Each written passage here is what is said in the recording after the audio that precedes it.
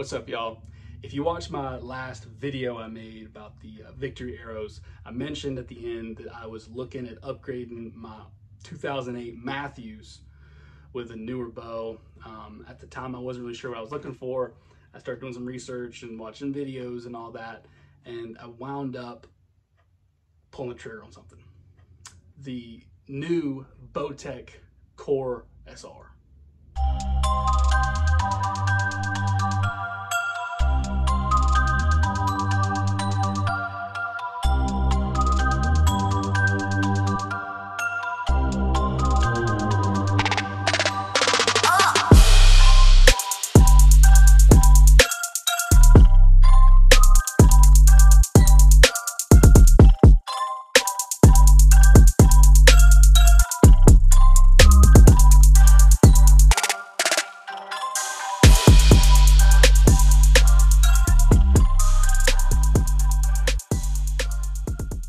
So this is it.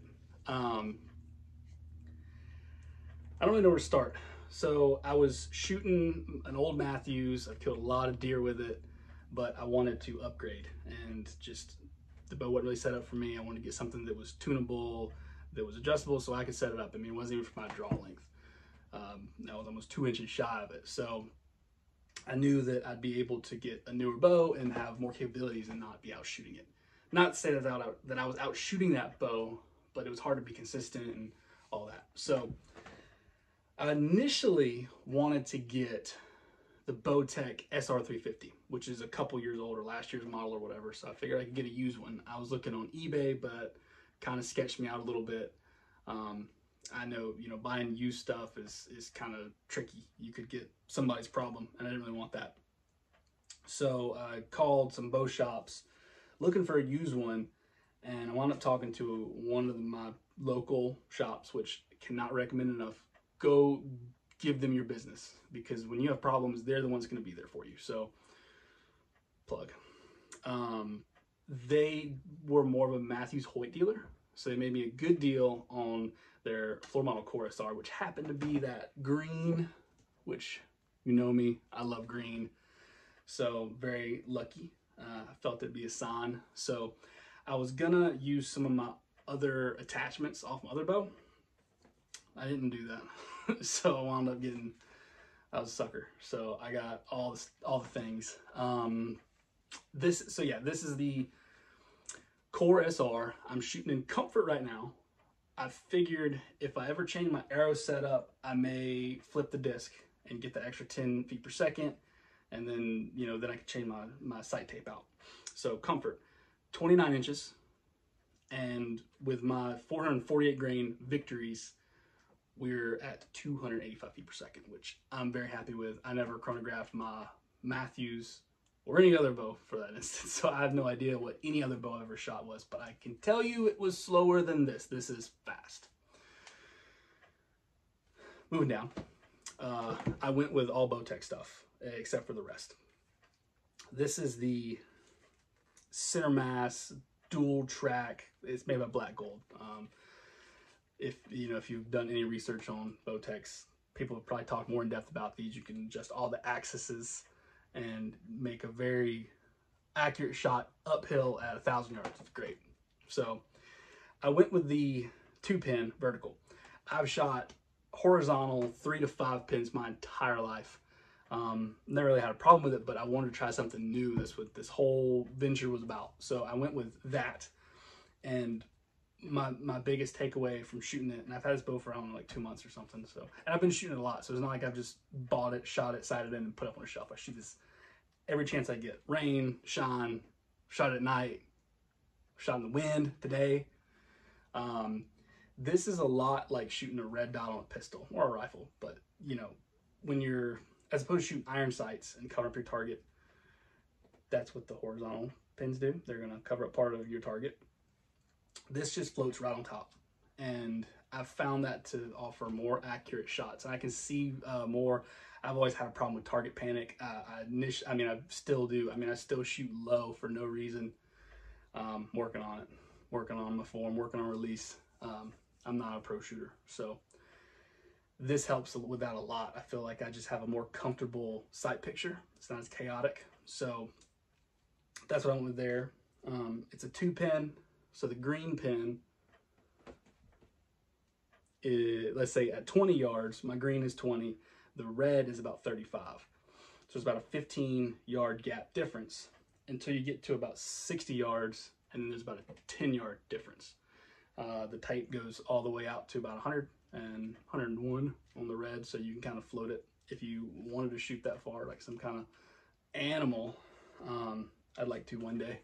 I don't have a target big enough that I feel comfortable doing that yet, though. So then the arrow rest. I did not go with the Bowtech. I think that they might have had like a QAD collaboration or whatever, but I went with the Hansky Epsilon limb-driven drop away. I've shot in whisker biscuits my entire life. Killed a lot of deer with whisker biscuits. I've never really had a complaint. They do wear out. Like on my old bow, they were really worn out. Had bristles doing all this. So I knew if I kept that bow, I was gonna have to do something, and I was leaning on doing this. So this is limb-driven. When drop away rest came out years ago, I remember, you know, you had to like reset them and stuff, and that just, you know, having another thing to do after you just had to let down over a deer. I didn't really like that idea, so I never did it. I always kept the simple whisker biscuit. This is awesome. It's enclosed, so like when your arrow's in there, it can't really come out. So if you're in a tree knocking limbs, it's not going to knock it all the way out of your rest and then you're screwed up. If you're stalking and you have to hold it off the ground, it's not going to bump out of your rest. So I like that. Running the Bowtech stabilizers.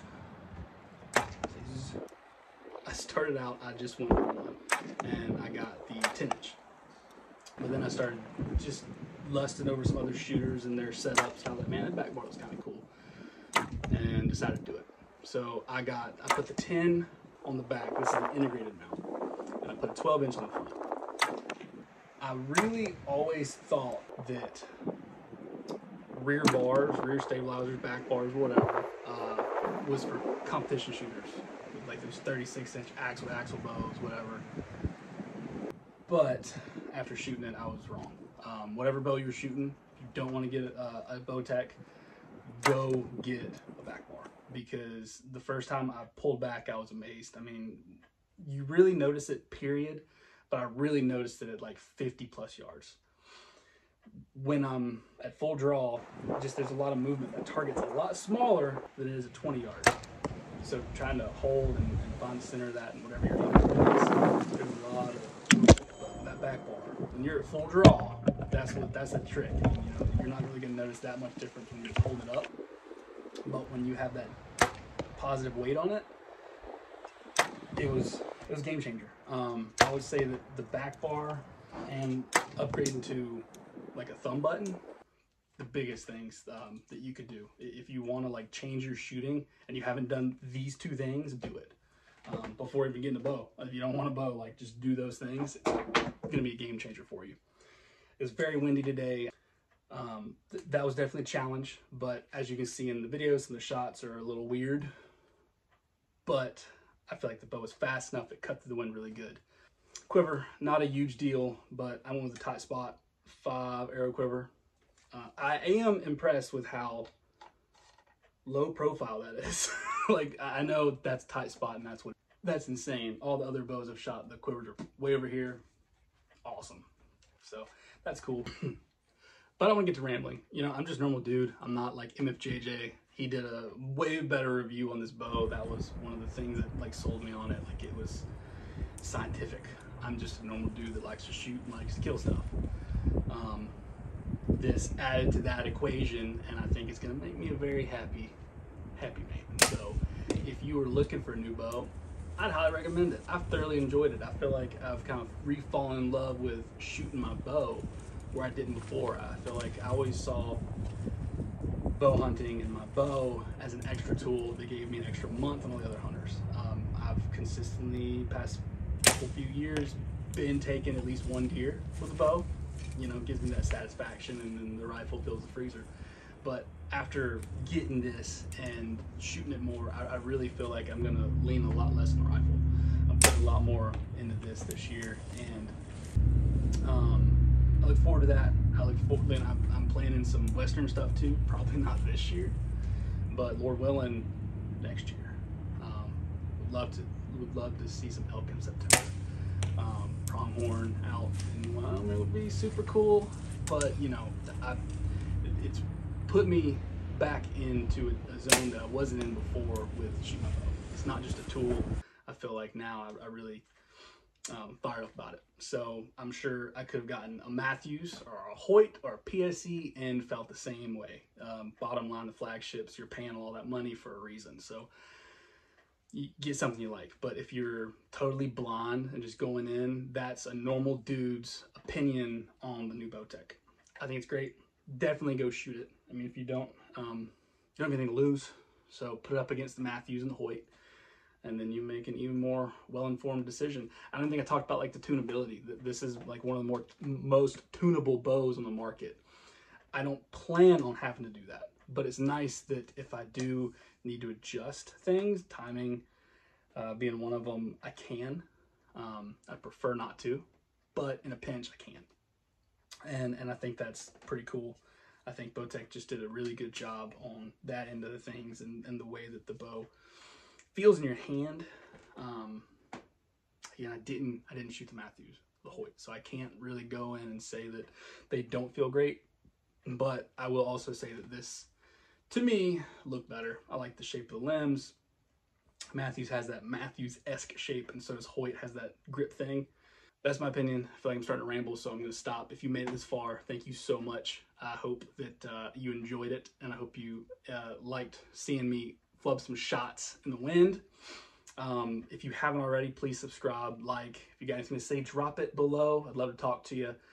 This summer, I plan to do a lot of fishing. This fall, I plan to do a lot of hunting, and I'm hoping to video as much of it as I can. I do enjoy doing this, so we're going to try that and see what happens. So yes, I appreciate it. Y'all have a good one.